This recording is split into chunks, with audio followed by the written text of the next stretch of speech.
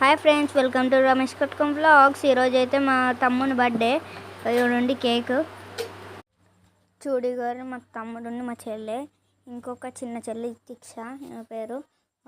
Candle ముట్టించారు. Happy birthday Rakshit, happy birthday Rakshit, happy birthday, happy birthday. Cake cut చేస్తారు చూడండి. ఒక్కొక్క స్టైల్ పెట్టిర్రు.